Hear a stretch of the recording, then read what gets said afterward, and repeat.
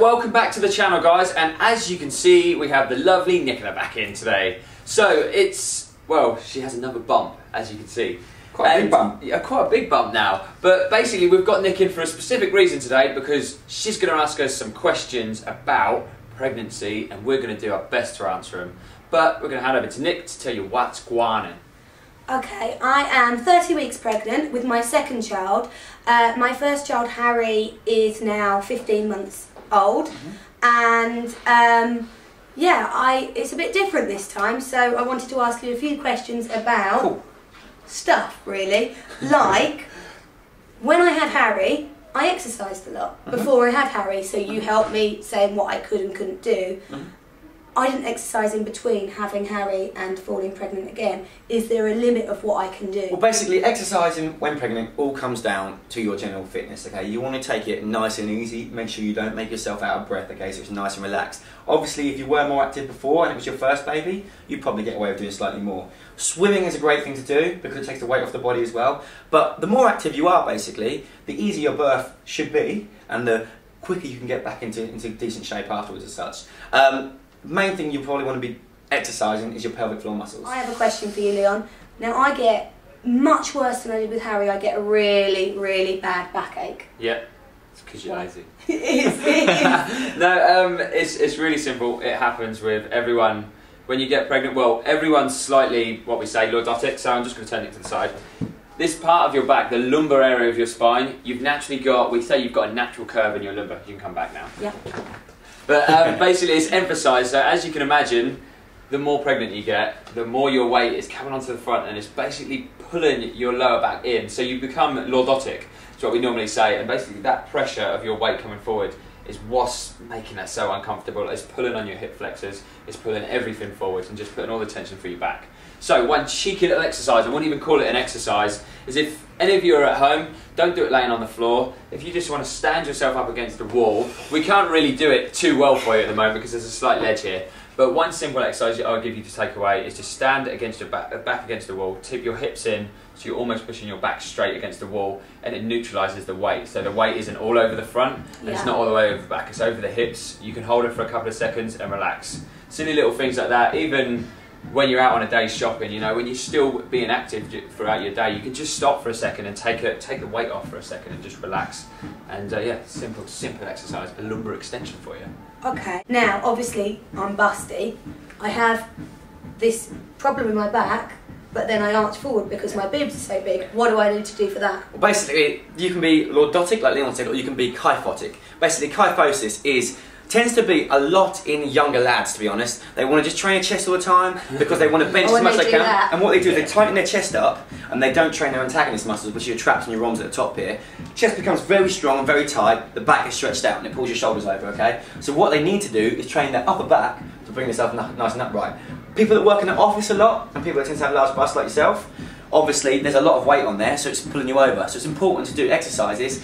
Most gyms will have a great little exercise called the upper back machine, and literally is sitting himself in the seat and it's a nice upper row. Because of that, and to tighten all this and everything. Things like that. If you're at home and you've got even some light dumbbells, things like upright rows are going to help you a little bit, working your traps, just to roll your shoulders up nice and back. If your chest is very tight, things like putting your arm on a wall behind and just lean yourself forward, it's going to help stretch your chest slightly. Can I do that whilst pregnant? Obviously not the best idea to do that exercise when you're pregnant, because what you get a thing called relaxin, basically, and it's a hormone that your body releases which makes your ligaments a bit more flexy, so you're ready to give birth. So that actually means you can flex probably further than you could normally, but it makes your joints a little bit unstable, so it's a good idea not to push your stretching and like to try and bounce and go further than you would normally because your joints are weaker. Awesome, I have a question for Leon as well. It's like we've been back at school again now. Right, okay. Right, let's do this. So you're talking about your ligaments loosening. I know that happens. When is it safe not, when should you not do exercise? Because obviously your ligaments do loosen so much and your body takes on a different shape just before you're about to give birth. And your balance changes. Yeah, everything changes. So when should I stop? Well, we always say you could essentially train up to the day you give birth. Yeah. All it is a case of doing, and all you guys do exactly the same at home, it's a case of listening to your body, listening to the people around you, and you should progressively bring it down and down and down. You start You know, in your first trimester, we normally say a lot of it is internal and chemical that's changing. Your second trimester is when your body starts to change. Like John said, your centre of balance is all over the place, so you've got to remember to do more things seated. You've got to do more yoga, and then second to third is more swimming, really low impact. Yeah. You know, nothing massive, just getting the muscles working, getting the blood flowing. To. Exactly. Yeah. I have to say, first trimester you feel sick and you've got no energy. Second trimester you're like, yes, all this energy's back. And then third trimester, like second to third, you're like, oh my god, I'm so tired. Yeah. Exactly. Essentially, we can't really relate, but as close as we can get is like basically filling a rucksack full of all your stuff and wearing it on the front. You know, who wants to do that for 9 months, guys? Well, yeah, you got all that balance goes off the front. So it's just, we always say to every single one of our clients, listen to your bodies. It's really important to listen to your bodies and some.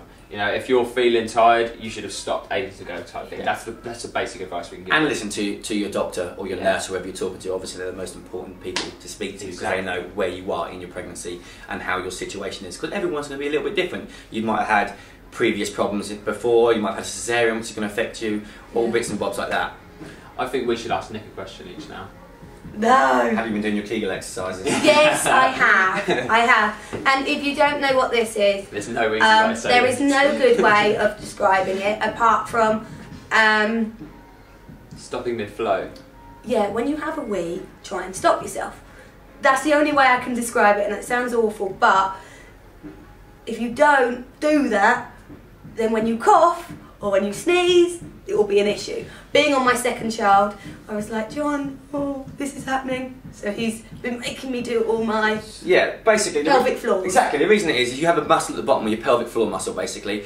This muscle keeps pressure on your internal organs, basically. And if it starts to get a bit weak, which it is from a child, you can have a little bit of leakage, basically. So it's important to strengthen it up. And basically what we told Nick to do, we'll try to keep it as little graphic as we can, or as least graphic as we can. It's part of nature. It is a case of tensing things up, holding it for, well, start off pulsing it, and as you start to progress, maybe hold it for a few seconds and let it off. It's something you can do in a day and no one will even know you're doing it, okay? You might find you hold your breath a little bit. We say 200 to 300 repetitions don't we, a day as an average, and that's a lot. Yeah, and then that is going to help you, obviously with that, again, it's going to make your birth probably a little bit easier as well, and your recovery afterwards, and it's going to make it a lot quicker. Then you can start working on your planks and transverse abdominals afterwards to get your abs nice and back and strong how they were before, supporting your back also. My question for Nick, it's really simple. I don't know if any of you have noticed, but I'm ridiculously broody at the moment, and I've got to ask this question. It's a total selfish question, but what is the best and worst thing about being pregnant? Best and worst thing. Best thing is for a woman that you are nurturing the most amazing thing in your belly. Oh, it's going to make me cry. Oh, Nick. You hormonal, that's the worst bit. The worst bit is hormones. I cried in Tesco's yesterday because Ian wasn't enjoying shopping. Food shopping. I was like, you're not enjoying it, it's family time. But the best thing is that you're growing a little baby. Yes. And making a new family. And the worst is that you cry at every given Everything, at everything. It's pretty special. And the worst is also thinking about the birth, but we all have to go there, so don't worry. It's quite easy for me. I just get a new little nephew or niece at the end of it. Yeah. I quite like it. So Nick's trying to get a kick out of the little and so Leon's got his hand on it, obviously, in case you're wondering what they're doing. But like I said, guys, what you want to take away from this is try and do a little bit of fitness if your doctor says you can, because hopefully it will make your birth a little bit easier and just make life a little bit easier for you afterwards as well. We talked about the pelvic floor muscles, which are really, really important for you ladies. Being slightly lordotic for your lower back. We even talked about being kyphotic as well for the upper back, which won't affect all of you, but those of you who have slightly bigger busts. She want to sleep? No, she's just, this is what she does. She's being awkward. She's like a mum already. She doesn't do it to order. She will in a minute. So, you've got to keep your hand there for ages now. So we're going to say goodbye because we've been waiting a long time for the little one to give us a kick. So thank you everyone for watching. Thank you Nick for your help. My pleasure. And we love you all and we'll see you very soon. Thank you. Bye.